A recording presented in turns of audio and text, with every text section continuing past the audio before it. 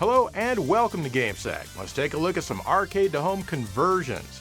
Now I'm going to do my best to cover every single port of these games except for the ones I don't. For example, I'm not going to cover compilations. Actually, I might cover a couple, but I'm not going to cover emulations because they're basically the exact same thing as the arcade and not actually a port. Anyway, enough of this nonsense. Let's get to the first game, which is something that only ever got one port. Here's The Punisher from Capcom, which came to the arcades in 1993. This is a beat-em-up for 1 or 2 players. Player 1 plays as Frank Castle, the Punisher. His job is to punish criminals. The second player is Nick Fury. This is a great beat-em-up that moves briskly and features a large assortment of enemies to fight. It turns out that the Kingpin is behind all of the evil doing that's been going on. Where the hell is Spider-Man? I thought Kingpin was a Spider-Man villain. Well, turns out that Spider-Man is lazy and ineffective, therefore you need to do his job for him. You can punch and jump. If you press both buttons together, you get an attack that'll knock down enemies that surround you, and naturally that drains a bit of your life bar. But you can also do this same move while holding on to certain things and enemies, which makes it pretty cool. You can also press both buttons together during a jump to drop a grenade, which is quite effective, and you can carry a limited amount of them. You can also pick up tons of different melee weapons, which adds to the fun, and there's often several scattered about the ground at any given time. Lastly, you sometimes just straight out start shooting people in the face. This happens when there are other enemies on screen with guns, but Frank puts his gun away quickly as he prefers using fisticuffs to bring down his enemies. Gotta stay true to the character. Since this is a proper beat-em-up, that means there's an elevator stage. However, this game thinks outside the box, literally. That's right, you're fighting on top of the elevator. I love it when this car explodes, and afterwards the driver is still there at the wheel, burnt to a crisp. That's awesome. The graphics are quite nice, even though they're typical of the genre around this time. There's lots of color, and the scenes are very nicely drawn. The sprites all look great as well, and there are almost always way too many of them on screen at once. It can get crowded. The sound and music uses the exciting Q-Sound technology to give that odd stereo effect that Capcom games of the day had, where the left and the right are slightly out of phase with each other, making it sound a bit wider. I think the voices here are hilarious.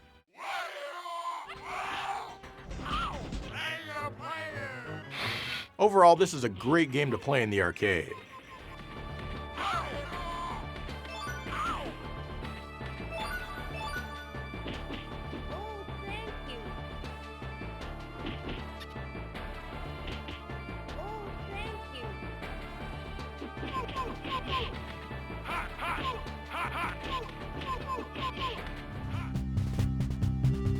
2 years later, The Punisher came home to the Sega Genesis in the only port that this game would ever receive. It was published by Capcom, but developed by Sculptured Software. Why they were chosen to handle the port, I do not know. This is an 8 meg cartridge, which is a bit small for the time. When this came out, games were averaging about 16 megs. To Sculptured Software's credit, pretty much the entire game is here, but there are some differences. Nick Fury no longer smokes a cigar. The basic rules and structure of the game are the same, but now there are fewer melee weapons for you to pick up. There are also fewer enemies on screen at once. Usually there's a maximum of 4 at a time. You still have to fight each and every enemy that was in the arcade game though. As a result, that means this version is about a third longer than the arcade game from start to finish. That's because once you defeat the 4 enemies that you were fighting, more drop in and then you deal with them and then the next batch and then the batch after that and then so on. The arcade just put everything on screen at once and it was easy to deal damage to multiple enemies with a single attack. Same thing when you're fighting the Kingpin. In the arcade, you fight him and a bunch of his cronies simultaneously. On the Genesis, you fight the cronies, then the Kingpin for a bit by himself, back to the cronies, Kingpin, Kingpin, you get the idea. The arcade can be completed in about 40 minutes, while the Genesis game lasts just over an hour. I can't say that this is 20 extra minutes well spent, as it wears out its welcome much faster than the arcade. If you look at the game side by side like this, you can see a difference. The Genesis loses a ton of color, detail, and animation. The female ninjas you fight are now fully covered in a black gi without armor and are drawn very awkwardly. Personally, I think that the Genesis could do a little better than this, even with the memory limit. But still, again, I've got to hand it to Sculptured Software. The Genesis game seems like it looks much worse when I'm playing it on my own, but when I put them side by side like this, it's almost kind of impressive to see how close it actually is, all things considered. The music, honestly, isn't that bad. Certainly nowhere near the arcade, but it's still decent.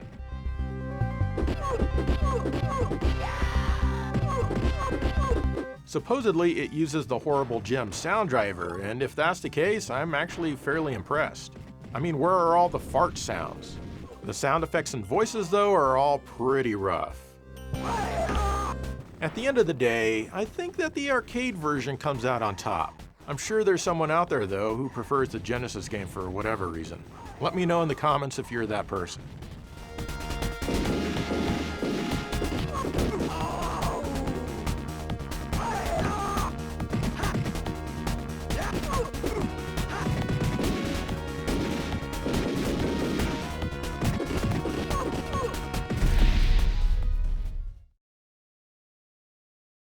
This next one has always been a favorite of mine. It's in my top 300-400 for sure. And that's some pretty high praise given how many good games there actually are.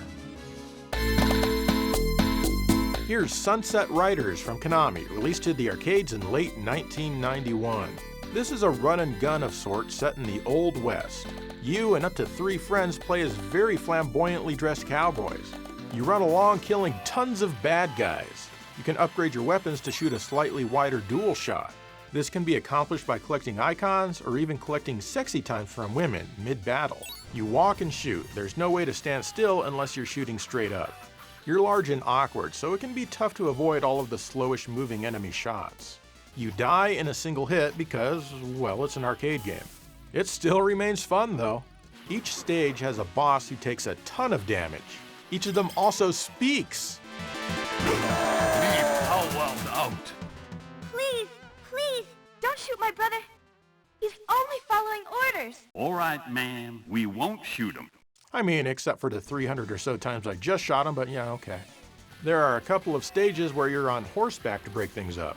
In addition to that, there are a couple of bonus stages which take place in a first-person perspective, which play similar to the scenes in Snatcher, with you pressing a direction to snap to that location and firing to hit a certain spot.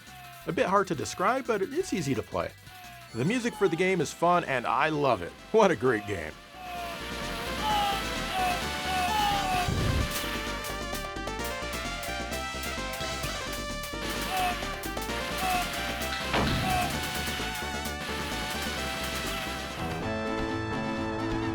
A year later, in 1992, Sunset Riders came to the Genesis from Konami themselves. They released this one as a 4 meg cartridge, despite 6, 8, and 12 meg games having been released prior. 4 meg games were still pretty much standard at this point, but they were on their way out. As a result, this version sees some significant cuts.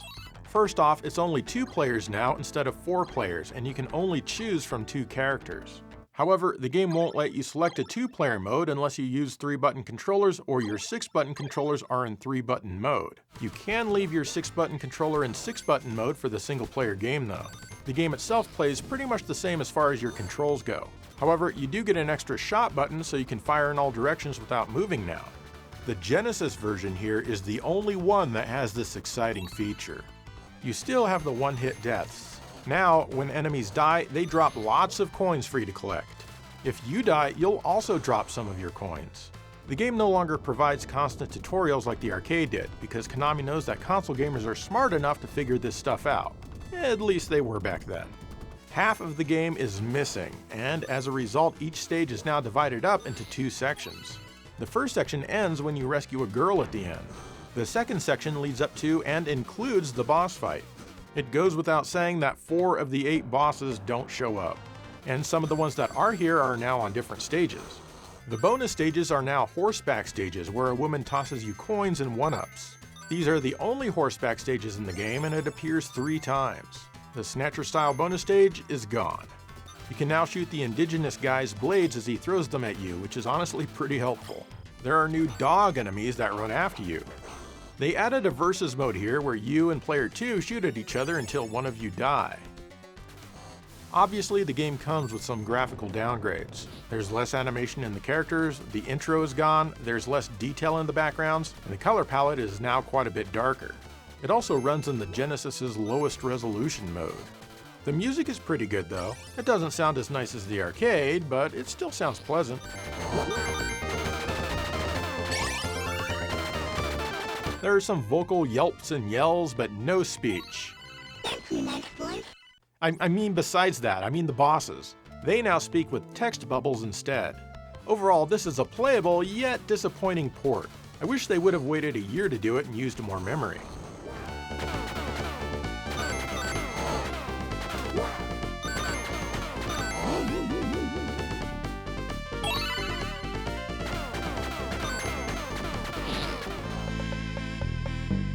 Speaking of that, a year later in 1993, Sunset Riders came to the Super NES, also from Konami.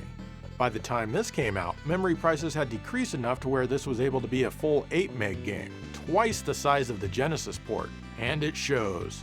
This one is basically a straight up port of the arcade with very few compromises, but compromises nonetheless. This game is also 2 players, but at least you can choose from all 4 of the characters. All of the stages are here, but a few of them are quite a bit shorter than those found in the arcade.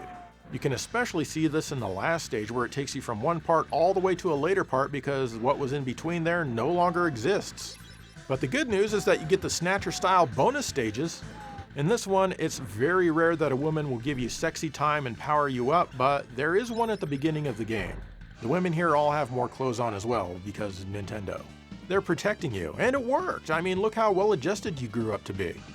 The indigenous people are gone from this stage, replaced by regular old cowboys.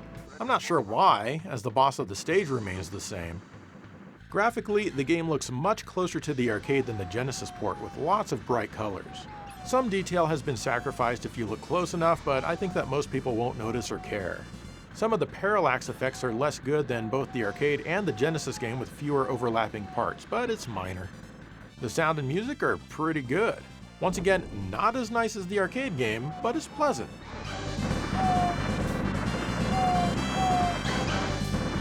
All of the voices are here, and now they're subtitled, which helps you figure out what some of these guys are saying. This is good, since the quality of the voices here has been lowered a bit. How wound out. Please, please, don't shoot my brother. He's only following orders. All right, man. We won't shoot him. Overall, I think it would be silly to choose the Genesis game as your top pick among the 3, or even your second pick. It's not bad, it's just missing so much. That isn't to say that the Super NES game isn't missing some things or without its faults, but overall it's a great port of the arcade.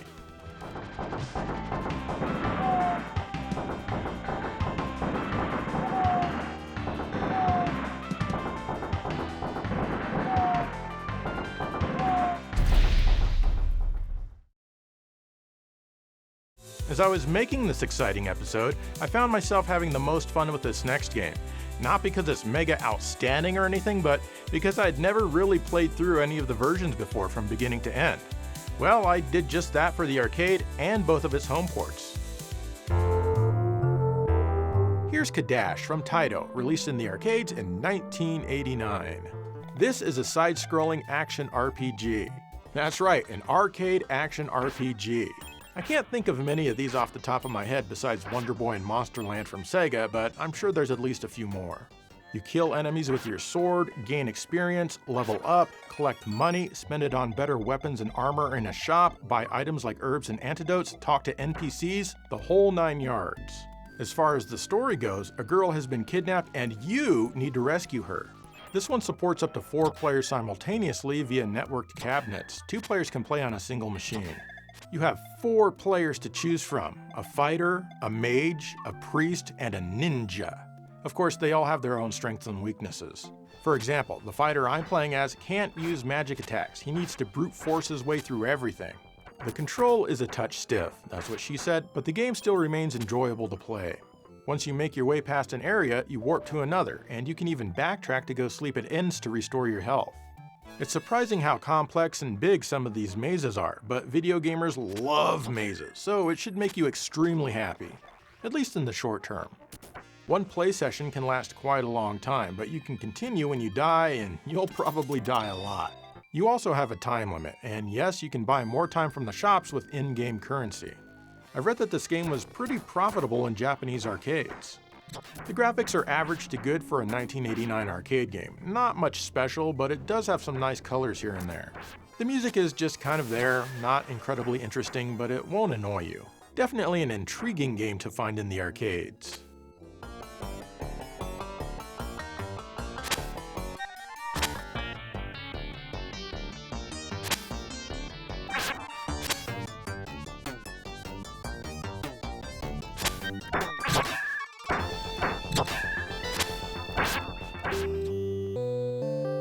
In 1991, Cadash came to the TurboGrafx 16 courtesy of Working Designs and ITL. It was the second video game release from Working Designs, ever, and it comes on a 4 meg hue card. The first thing you'll notice is that you can now use 4 letters to name your character instead of just 3, which is a true testament to the sheer power of the TurboGrafx 16. You're limited to 2 players simultaneously, but you can still select from all 4 characters. The game timer is now gone. The stats of the characters have been adjusted a bit to improve the overall balance. As a result of the rebalancing, I find this one a lot more fun to play once you get used to it, which doesn't take long.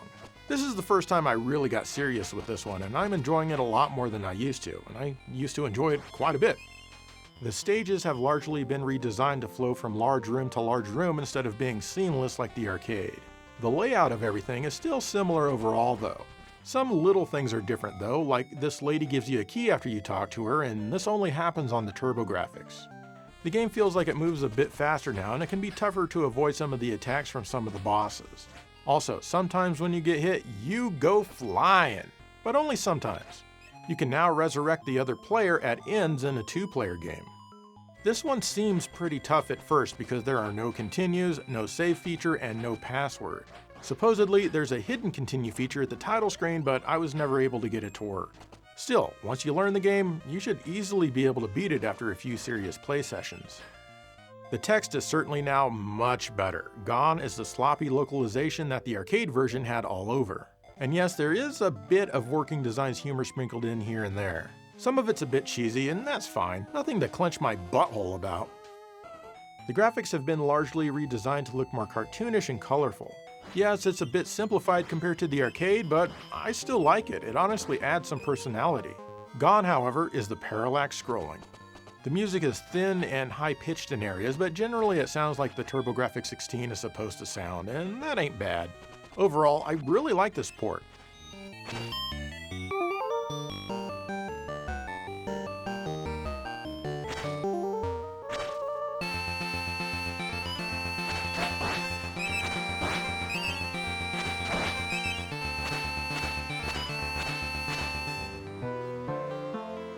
In 1992, Cadash came to the Genesis from Taito and Cyclone System.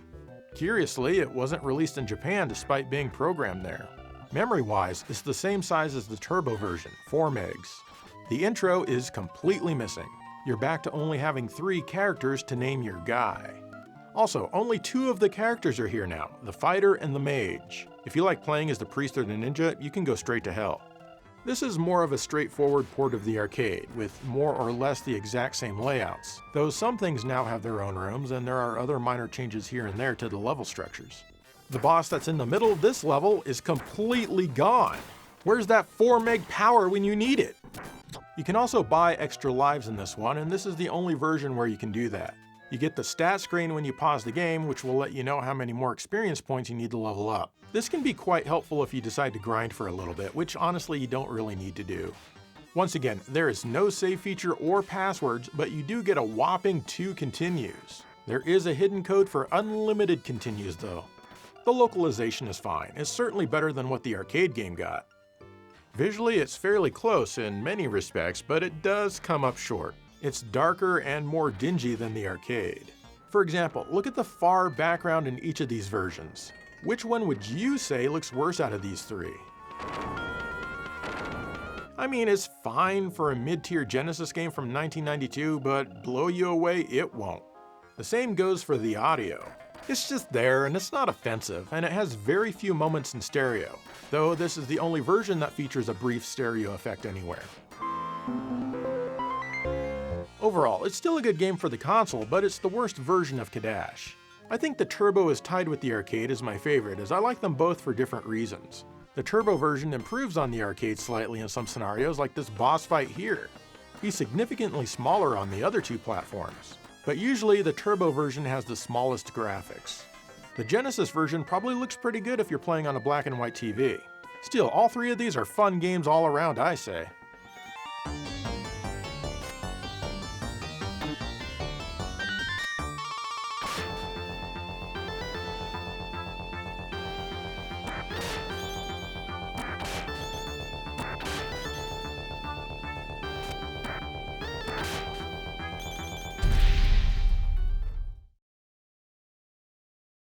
Okay, one more game to go, and it is a doozy, mainly because it feels like it has 432 ports. I apologize in advance. Here's Golden Axe by Sega, released to the arcades in early 1989. This one's a medieval beat-em-up, or maybe a hack-em-up, but make no mistake, it's still a beat-em-up. Your sworn enemy Death Adder has killed your friend Alex and also kidnapped the king and the princess. Now you need to subtract Death Adder from existence. Get it? It's a math joke, kind of. Like pretty much all arcade beat-em-ups, this can be enjoyed by two players simultaneously. You choose to play as one of three characters. There's the dwarf, who has strong melee attacks and a short reach. The Amazon, who has weak attacks and a good reach. And the generic dude, who is your basic all-around type character. You have your hack and slash moves, but you can get caught in a long chain attack if you're not careful, and another enemy will get you. Therefore, the most effective attack more often than not, in my opinion, is the jump attack. You also have ninja magic. Medieval magic. You get some magic vials by attacking the innocent gnomes who did nothing to anyone. The more vials you have, the more powerful your attack. The generic guy has earthquake-based attacks, like this atomic bomb. Okay, it's probably not an actual atomic bomb. I don't even think they had atomic bombs in medieval times, did they? I don't think they did. I know they had magic, though. The dwarf has some weak-ass electricity magic. And finally, the Amazon has the best magic that uses fire, but she really needs a lot of vials for her best attack. Again, the generic guy is the best all-around character when it comes to melee attacks and magic. There are 5 stages, and the game can be beaten in 15 minutes, maybe a bit faster with 2 players. The ending shows you that it was all just a game, but you knew that because you're the player. The graphics are great for their time, and the music is quite fitting. Awesome stuff.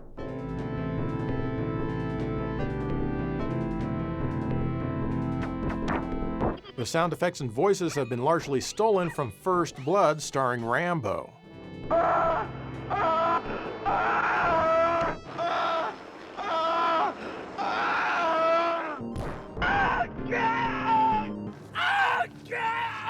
Or even Conan the Barbarian, which this game gets a lot of inspiration from, by the way.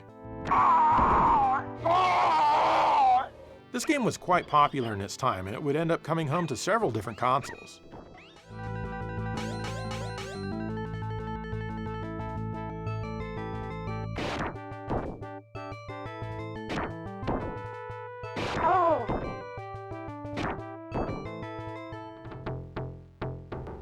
The first port was to the Genesis in late 1989, and Sega did the honors themselves. The game only has 4 mega power, which isn't much. Considering that and also how fast they ported the game, this one is quite good. You still choose from the same 3 characters, and you can still play with 2 players if you want. The stage design, enemy placement, as well as enemy behavior is 90 to 95% the same as the arcade. It's quite faithful. However, this one claims to have 8 stages instead of 5. Granted, the arcade game says it has 9 stages, but that's only because it counts these bonus stages as actual stages. On the Genesis, stage 6 is just the Death Adder boss fight, which is now its very own stage for whatever reason. The 7th stage is a proper level and is brand new, and it was added because Sega knew this would otherwise be considered extremely short for a home game. You can pretty much breeze through this level using the enemy's stupidity against themselves. But you've got to watch out as well because you don't want to fall off. Stage 8 is where you fight the new last boss called Deathbringer, which is simply a palette swap of Death Adder. Deathbringer uses everyone's magic attacks, and he also uses them quite frequently. The ending is different than the arcade and a bit more boring. This version also includes Golden Axe The Duel. Sorry, but this is not based on the arcade game called Golden Axe The Duel, which wouldn't come out for another 5 years because time travel hadn't been invented just yet. Instead, you face round after round of enemies saying how long you can survive. Graphically, lots of flourishes are missing, as well as some color and animation. For example, the turtle's eyes no longer move. Neither do the eyes of the giant bird. The parallax scrolling was completely removed because the magic attacks animate on the second background layer. Unfortunately, that leaves the sky completely still when you're flying on the back of the giant bird, which is kinda silly. Musically, it's pretty damn good and quite faithful.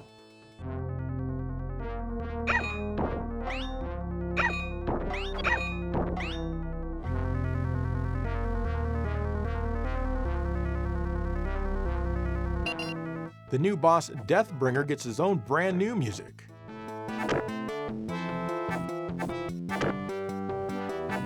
The voices from First Blood are gone, replaced with a singular voice that plays back at different pitches for different characters. Still though, this is a fantastic port, especially given the time and memory constraints.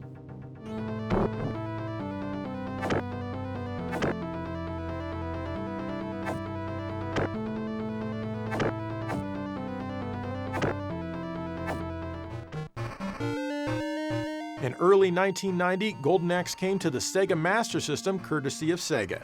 In this one, you can only play as the generic dude, but you can choose which magic type you'd like to use. This one's also single player only. As you can see, it's kind of a mess, but the cool thing is that there's no flicker in the graphics. This is because everything is drawn directly to the background layer, but this also makes the game quite choppy and causes a lot of slowdown when 3 enemies are on screen. It's also a lot tougher due to this wonkiness, and they only give you 1 continue for some reason. You can use a secret second continue if you know the code, but that only helps a little. The audio is pretty average, and FM sound is not supported. Some game magazines of the time really like this one, maybe even as much as the Genesis version. I can confidently tell you that you're much better off playing the game on the Genesis.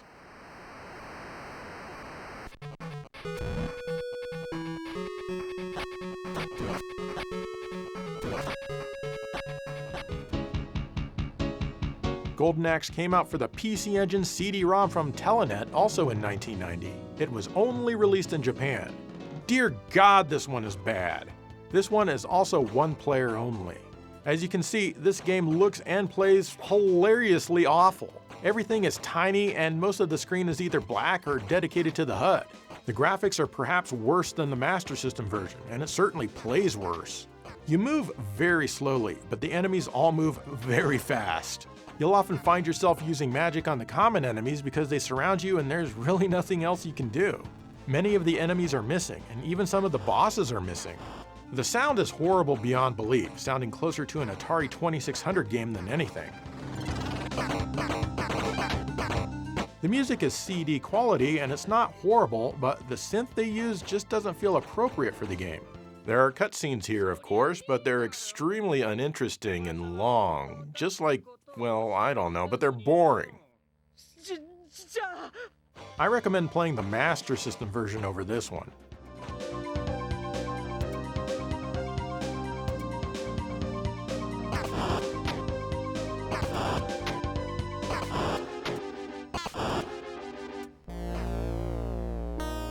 Golden Axe came to the Commodore 64 in 1990 from Virgin and Probe.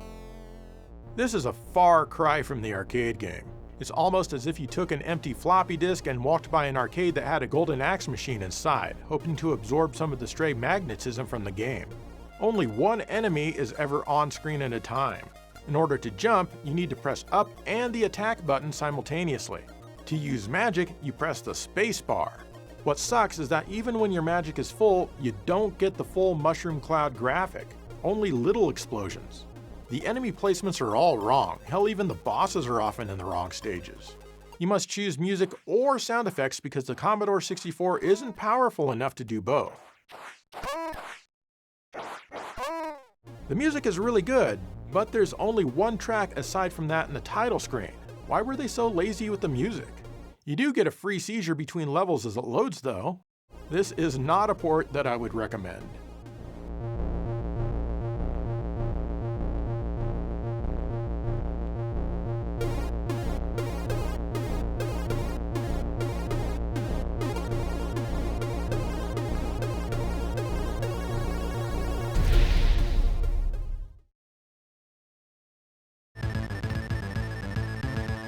There was an Amiga version in 1990 as well from Probe and Virgin. This one does its best to replicate the artistry of the arcade, but with some strange color choices. The game runs pretty slow, but it's decently enjoyable to play, certainly more so than the Master System or PC Engine versions. Some of the stages are slightly shorter. I mean, all of the enemies are here, but they show up sooner during a stage, so you don't end up scrolling quite as far before it ends. Certainly not a deal breaker, but I thought it was kind of interesting to point out. You get both music and sound effects simultaneously in this one.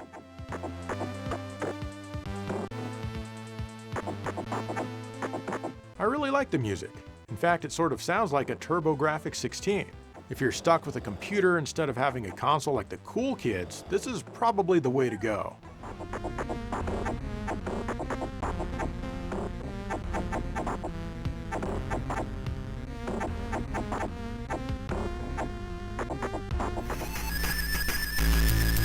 There's also an Atari ST version, which is pretty much just like the Amiga version. It just has a weird green HUD at the top of the bottom and much worse sounding music.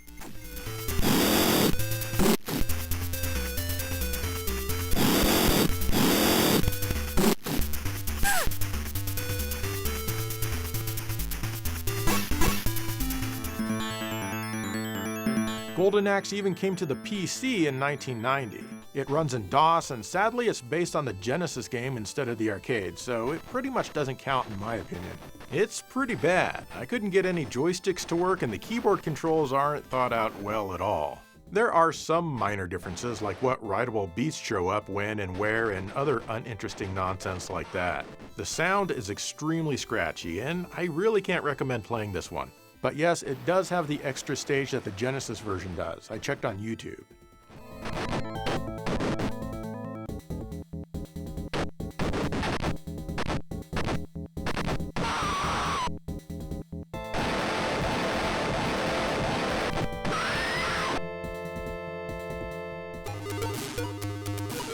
Golden Axe came to the ZX Spectrum in late 1990 from Virgin. Why do I say ZX instead of ZX? Well, because this microcomputer was never released in the US, and we're the only ones who say Z for some reason. So it would be improper not to call it the ZX Spectrum. As you can see, only poor people played this one. Not necessarily poor financially, but circumstantially. I feel bad for anyone who has ever played this, including myself. That said, you do kinda get used to it. The stages are divided up strangely. Stage 2 starts to bleed into Stage 3, and then Stage 3 starts midway through. Aside from the title screen, there isn't any music.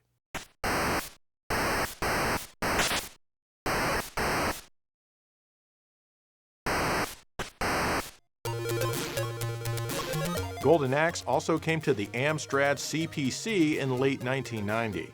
The Amstrad is another silly European computer. This is basically the same thing as the Spectrum version, only with much better color, a resolution equal to or less than the Game Boy, and somehow slightly worse collision detection. It was kind of hilarious at this part where I couldn't hit this gnome no matter what I did, and he kept running back and forth. I guess in these European computer versions, they just stay on screen until you empty them out. I had to use all of my magic to get him to drop a vial. Then I had to pick up that vial, use that magic to get him to drop his last vial so he could run off the screen so I could continue on with the game. Yeesh.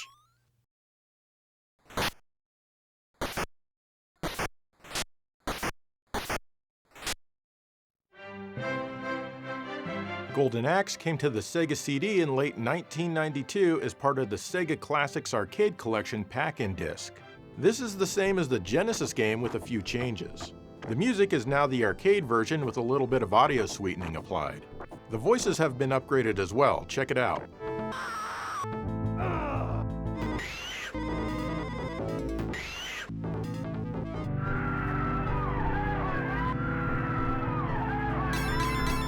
Unfortunately, this one is only single player, and to my knowledge, nobody has ever been able to figure out why that is. What a strange thing for Sega to do.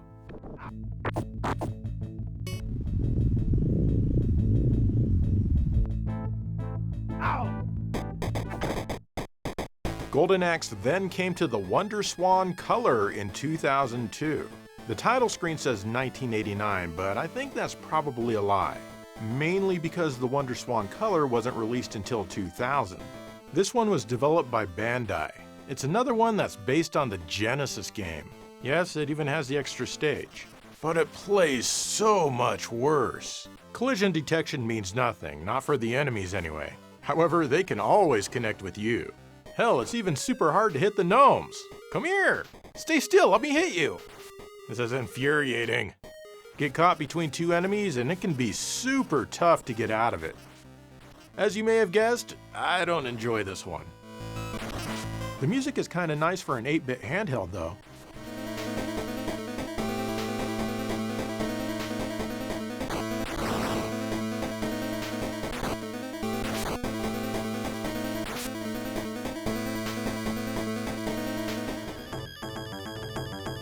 Also in 2002, Golden Axe came to the Game Boy Advance via the Sega Smash Pack from THQ. Yet again, it's based on the Genesis version. Except now, a lot of the music is missing, but it does have the extra stage. The music that is here sounds pretty bad, really scratchy.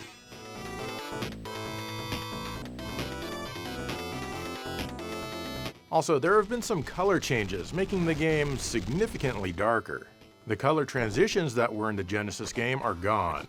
As you've probably noticed by now, the screen scrolls quite a bit each and every time you jump. Also, when you get knocked down and get back up, you have a short amount of time in which you're invincible. This can make things a little easier. This is not an exciting conversion, but it does play much better than the Wonderswan game.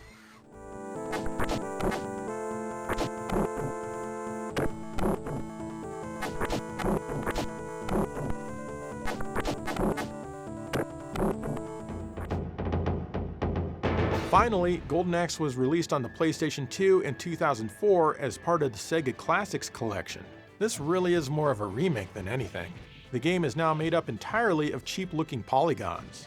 This version gets a bad rap, and people are right, it's not great. But compared to playing some of the other versions of this game today, it's actually kinda decent. You now have 2 attack buttons, one of which does the same thing as pressing the attack and jump at the same time on the Genesis and the arcade. There are also a couple of new enemies to fight. There are even some new bosses. The stages here are long. Too long for their own good, honestly. It gets boring pretty fast. One thing that's really nice though is that the music kicks ass.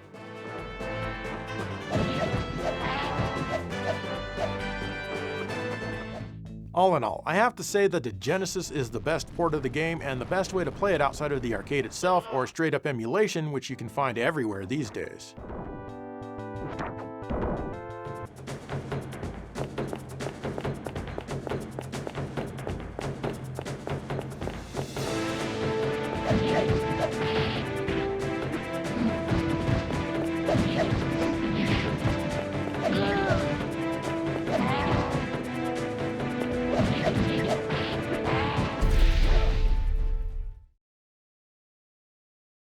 And there you go, some arcade to home conversions. Man, that Golden Axe segment was thick, wasn't it? Just like I like them.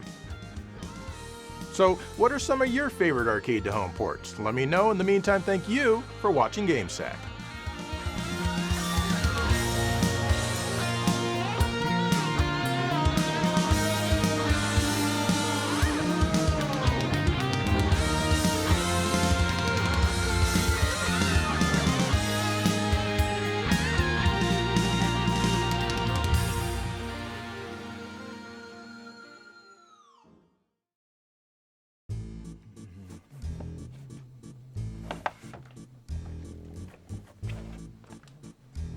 Hey there.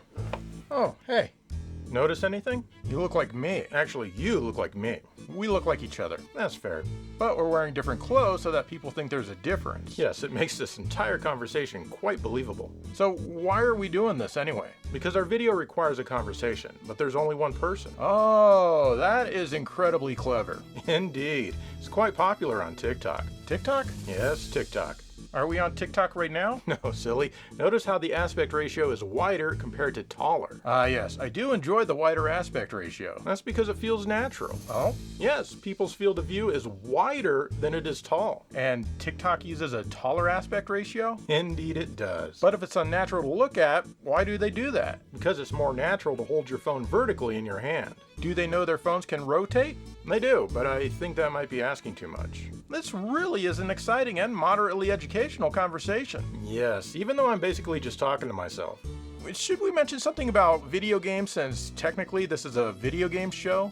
I don't think it matters at this point. Oh, why would you say that? Because any video longer than 30 seconds is pushing it. We've lost over 90% of our audience by now. Then how are we going to end this little video? I really don't know. Well, maybe we could start with you turning your ass around and getting the hell out of here.